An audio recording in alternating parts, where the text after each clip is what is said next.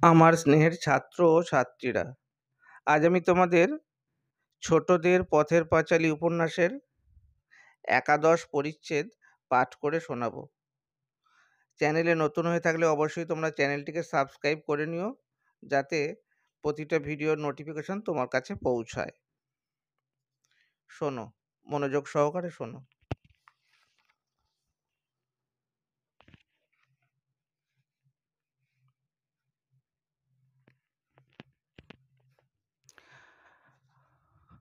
খাওয়া দাওয়ার পর দুপুরবেলা অপু কোথাও বাহির না হইয়া ঘরে থাকে। অনেক দিনের জীর্ণ পুরাতন কোঠা বাড়ির পুরাতন ঘর, জিনিসপত্র, কাঠের সেকালের সিন্দুক, কটা রঙের সেকালের বেতের প্যাঁটরা, কড়ির আলনা, জলচৌকিতে ঘর ভরানো। তো এমন সব বাক্স এখানে আছে যা অপু কখনো খুলতে কখনো দেখেনি। আর তাহাতে রক্ষিত সব হাঁড়ি কলসি আছে, যাহার অভ্যন্তরস্থ দ্রব্য সম্বন্ধে সে সম্পূর্ণ অজ্ঞ। সব শুদ্ধ মিলিয়া ঘরটিতে পুরনো জিনিসের কেমন একটা পুরনো পুরনো গন্ধ বাহির হয়। সেটা কিসের গন্ধ সে জানে না, কিন্তু সেটা যেন বহু অতীত কালের কথা মনে আনিয়া দেয়। সে অতীত দিনে অপু ছিল না, কিন্তু এই কড়ির আলনা ছিল, ওই ঠাকুরদাদার বেতের ঝাঁপিটি ছিল, ওই বড় কাঠের সিন্ধুকটা ছিল, ওই যে সোঁদালি গাছের মাথা বনের মধ্য হইতে বাহির হইয়া আছে, ওই পোড়ো জঙ্গলে ভরা জায়গাটাতে কাহাদের চণ্ডী মণ্ডপ ছিল। আরও কত নামের কত ছেলে মেয়ে এই ভিটাতে খেলিয়া বেড়াইত, কোথায় তারা ছায়া হইয়া মিলাইয়া গিয়াছে কতকাল আগে। যখন একা ঘরে থাকে, মা ঘাটে যায়, তখন তাহার অত্যন্ত লোভ হয় ওই বাক্সটা, বেতের ঝাঁপিটা খুলিয়া দিনের আলোয় বাহির করিয়া পরীক্ষা করিয়া দেখে কি অদ্ভুত রহস্য উহাদের মধ্যে গুপ্ত আছে। ঘরের আড়ার সর্বোচ্চ তাকে কাঠের বড় বারকোষে যে তালপাতার পুঁথির স্তূপ ও খাতাপত্র আছে, বাবাকে জিজ্ঞাসা করিয়া জানিতে পারিয়াছিল সেগুলি তাহার ঠাকুরদাদা রামচাঁদ তর্কালঙ্কারের। এটা দাগ দিয়ে রাখতে পারো, রামচাঁদ তর্কালঙ্কারের। তাহার বড় ইচ্ছা ওইগুলি যদি হাতের নাগালে ধরা দেয়, তবে সে একবার নিচে নামাইয়া নাড়িয়া চাড়িয়া দেখে। একদিন বনের ধারে জানলাটায় বসিয়া দুপুরবেলা সে সেই ছেঁড়া কাশিদাসের রামায়ণখানা লইয়া পড়ে। সে নিজেই খুব ভালো পড়িতে শিখিয়াছে, আগেকার মতো আর মুখে শুনিতে হয় না, নিজেই জলের মতো পড়িয়া যায় ও বুঝিতে পারে। পড়াশোনায় তাহার বুদ্ধি খুব তীক্ষ্ণ। তাহার বাবা মাঝে মাঝে তাহাকে গাঙ্গুলি বাড়ির চণ্ডীমণ্ডপে বৃদ্ধদের মজলিসে লইয়া যায়। রামায়ণ কি পাঁচালি পড়িতে দিয়া বলে, পড়ো তো বাবা, এদের একবার শুনিয়ে দাও তো। বৃদ্ধেরা খুব তারিফ করেন, পুত্র গর্বে হরিহরের বুক ভরিয়া যায়। তাহাদের ঘরের জানালার কয়েক হাত দূরেই, বাড়ির পাঁচিলের ওপাশ হইতেই পাঁচিলের গা ঘেঁষিয়া কি বিশাল আগাছার জঙ্গল আরম্ভ হইয়াছে। জানালায় বসিয়া শুধু চোখে পড়ে সবুজ সমুদ্রের ঢেউয়ের মতো ভাট শেওড়া গাছের মাথাগুলো, এ গাছে দোদুল্যমান কত রকমের লতা। প্রাচীন বাঁশঝাড়ের শীর্ষ বয়সের ভারে যেখানে সোঁদালি বনচালতা গাছের উপর ঝুঁকিয়া পড়িয়াছে, তাহার নিচের কালো মাটির বুকে খঞ্জন পাখির নাচ। পরের পাতায় যাই।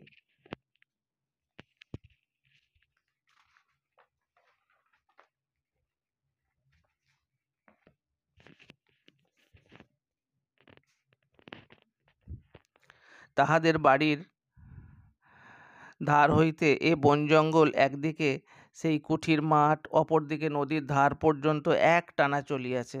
অপুর কাছে এ বন অফুরন্ত ঠেকে। সে দিদির সঙ্গে কত দূর এই বনের মধ্যে তো বেড়াইয়াছে, বনের শেষ দেখিতে পায় নাই। শুধু এই রকম তিত্তিরাজ গাছের তলা দিয়া পথ, মোটা মোটা গুলঞ্চলতা দুলানো, থলো থলো বনচাল তার ফল চারিধারে, আর সুঁড়ি পথটা আমবাগানে আসিয়া শেষ হয়। আবার এ গাছের ও গাছের তলা দিয়া বনকলমি, নাটা কাঁটা, ময়না ঝোপের ভিতর দিয়া চলিতে চলিতে কোথায় সেই ত্রিশূন্যে দোলে। প্রাচীন শিরীষ গাছের শ্যাওলা ধরা ডালের গায়ে পরগাছার ঝাড় নজরে আনে, আসে হবে ওটা, ওটা আনে আছে। এই বন তার শ্যামলতার নবীন স্পর্শটুকু তার আর দিদির মনে বুলাইয়া দিয়াছিল।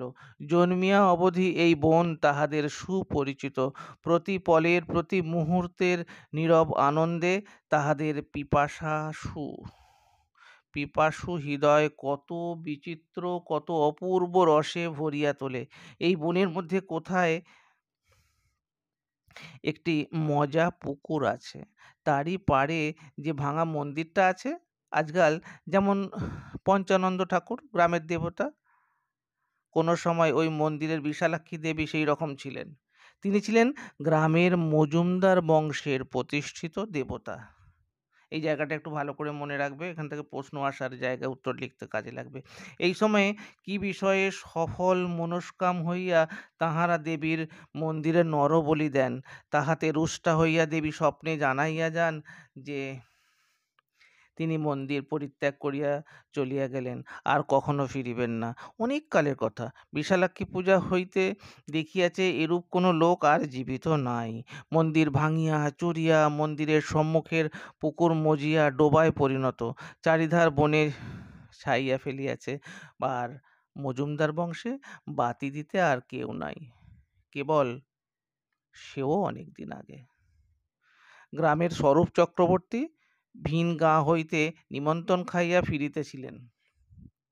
সন্ধ্যার সময় নদীর ঘাটে নামিয়া আসিতে পথের ধারে দেখিলেন একটি সুন্দরী ষোড়শী মেয়ে দাঁড়াইয়া। স্থানটি লোকালয় হইতে দূরে, সন্ধ্যা উত্তীর্ণ হইয়া গিয়াছিল, পথে কেহ কোথাও নাই। এই সময় নিরালা বনের ধারে একটি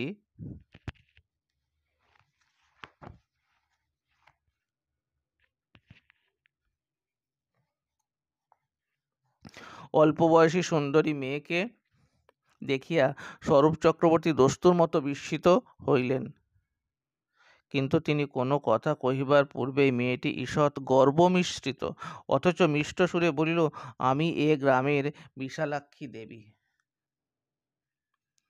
গ্রামে অল্প দিনে ওলা ওঠার মড়ক আরম্ভ হবে বলে বলে দিও, চতুর্দশী রাতে পঞ্চানন্দ তলায় 108টা কুমড়ো বলি দিয়ে যেন কালী পুজো করে। কথা শেষ হইবার সঙ্গে সঙ্গেই স্তম্ভিত স্বরূপ চক্রবর্তীর চোখের সামনে মেয়েটি চারিধারের শীত সন্ধ্যায় কুয়াশার মতো ধীরে ধীরে মিলাইয়া গেল। এই ঘটনার দিন কয়েক পরে সত্য সত্যই সেবার গ্রামে ভয়ানক মড়ক দেখা দিয়াছিল। তবে এইসব গল্প কতবার শুনিয়াছে। জানালার ধারে দাঁড়াইলেই বিশালাক্ষী ঠাকুরের কথা তাহার মনে ওঠে। দেবী বিশালাক্ষীকে একটিবার দেখিতে পাওয়া যায় না? সেই সময় খুব সুন্দর দেখিতে, রাঙা পাড়, শাড়ি পরনে, হাতে গলায় মা দুর্গার মতো হার, বালা। তুমি কে? না, আমি অপু। তুমি বড় ভালো ছেলে। বর চাও? দেখো এখানে ছবি আছে, পরের পাতায় যাই।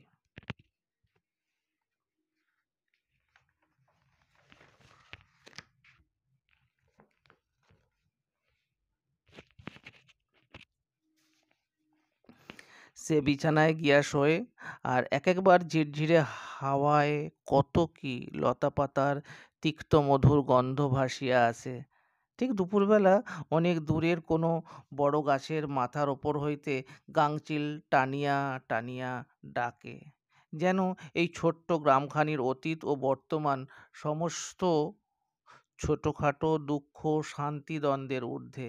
শরৎ মধ্যাহ্নের রৌদ্রভরা নীল নির্জন আকাশপথে এক উদাস গৃহবিভাগী পথিক দেবতার সুকণ্ঠের অবদান দূর হইতে দূরে মিলাইয়া চলিয়াছে।